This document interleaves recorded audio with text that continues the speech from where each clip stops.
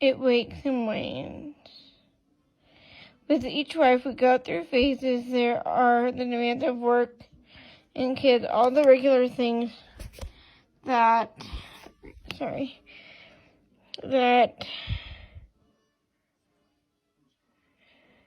interfere with a couple's private life.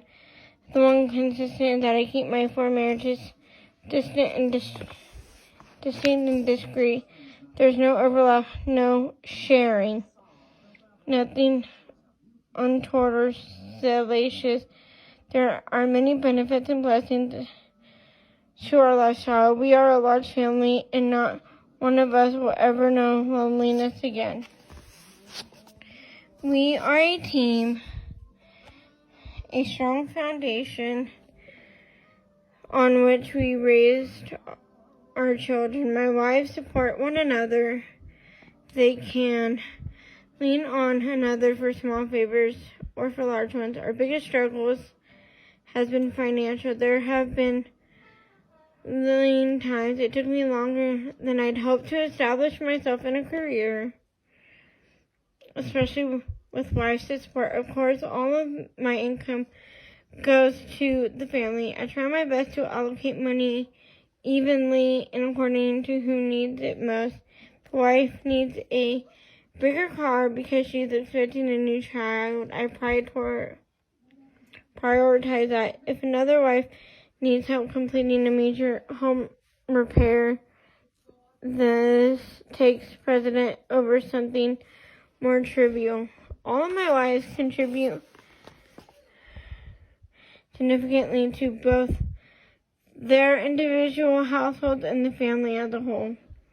Before we were public, several of them worked full-time.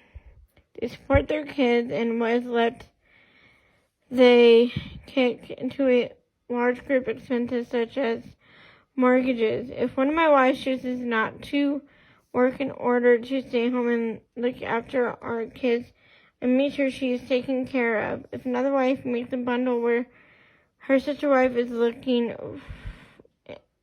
after the kids, she will share her bounty. If someone has windfall from tax returns or inheritance, then she usually shares a good portion of it. Although my wives are fiercely independent and entirely self-sufficient, they never let anyone go without. We are a family of equals. I want to stress that equality and fairness are our guiding principles. Since there is only one of me and 4 of them, I am often considered the patriarch. Unfortunately, this word has acquired a negative connotation these days. I'm appealed to on a regular basis simply because I'm the common denominator. I'm the basic element that my wives and children share. I'm a father to all the children, a husband to all my wives. Despite this, I rarely make unilateral decisions. If I will choose the direction in which the train runs, but my wives are the ones who keep it on the track running. They are the force behind our family. I know the world wants definitions to understand us. They want to know who is the smart wife, who is the homemaker, who is the silly one, who is the mean one. But I won't let my family be pigeonholed. Our relationships are complex and they are constantly evolving.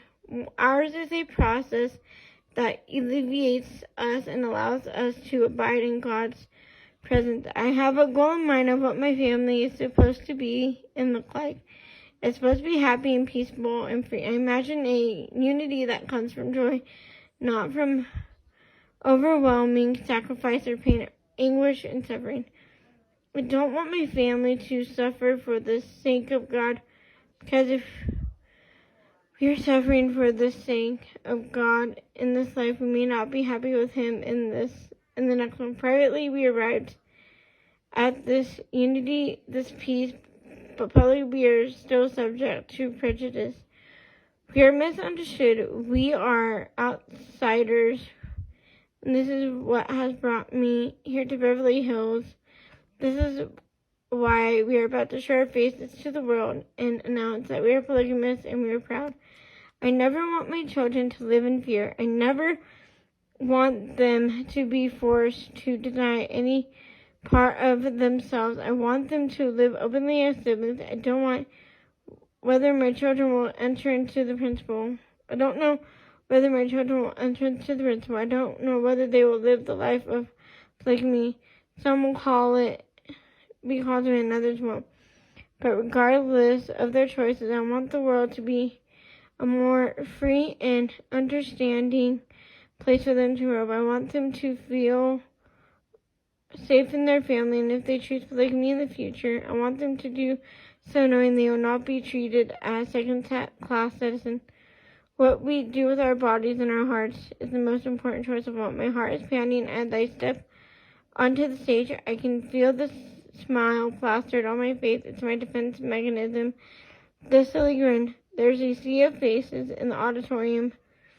The audience is silent. I can't tell what they're thinking. I feel the smile slip from my face. My heart is in my mouth.